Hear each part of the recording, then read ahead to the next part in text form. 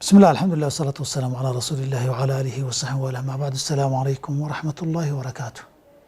لما دawadaasha bogayaga ku taxaan waa su'aal kamid ah su'aalihiga oo gooska ahaa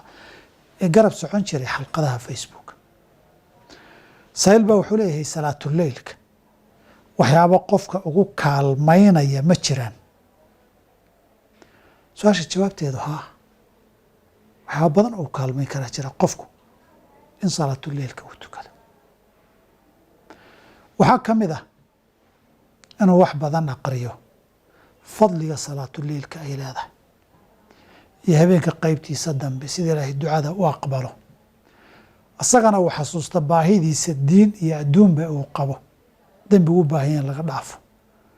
oo wax badan uu aqriyo fadliga iyo ajirka iyo thawaabka ay salaatu leylka iyo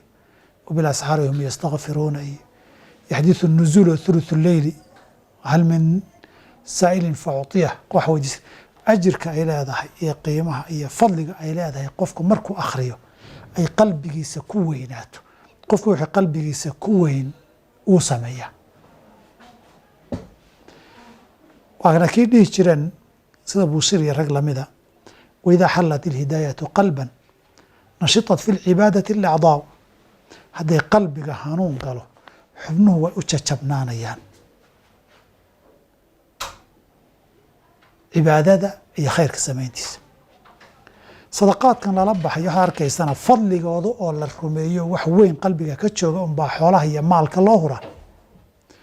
saas darteed marka koowaad way kugu kaalmayn inaad fadliga salaatuleylka iyo ducadiisa qiimaheeda aad aqoonsato laba inaad akhrida siyarkii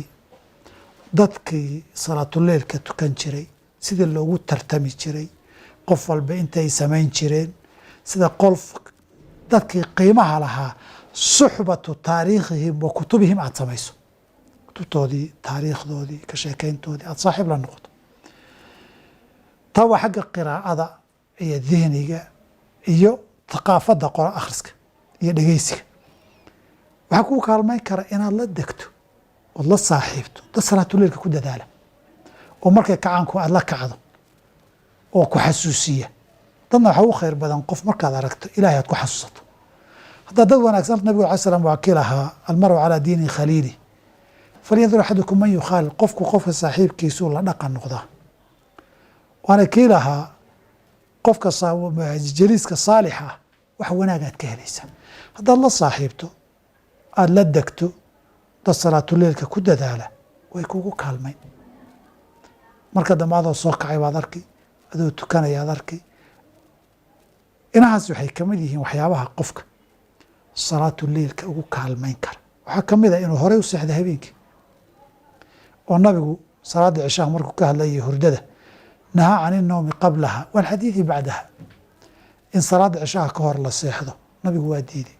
maxaa yeele maalintii o dhan hadii la shaqaynayo la daalan yahay cishaha ka hor la seexday salaadii hurdaa kula tegaysa walxadiidi bacdaha in la caweysimo la soo jeedo waayo haddii aad soo jeedo adan xataa hurdada ka bogan baad salaad subax gaadhaysaa laakiin haddii 2 saac la tukado oo 3 saacba intaad sii socoto iyo cashaynaysa noqoto 3 saac seexato salaada subaxna sida halkan aan joogno Nairobi oo kaleeto 11 subaxnimo ama 5 subaxnimo la aadaamayo 9 fiidnimo iyo 5 9 saac baa u dhaxaysa xataa 4 saacadood seexato 8 saacadood baa ka dhiman salaadii 6 saacadood markaad hurdo ama 6 saac iyo badh xataa 7 saacadood aad hurdo 4 markii la gaaro iyadaa hurdo ka dhamaan dhinaca ku xanuuni jirkaaga fresh aad soo kici laakiin daawdan soo jeedo sheeko ku jirto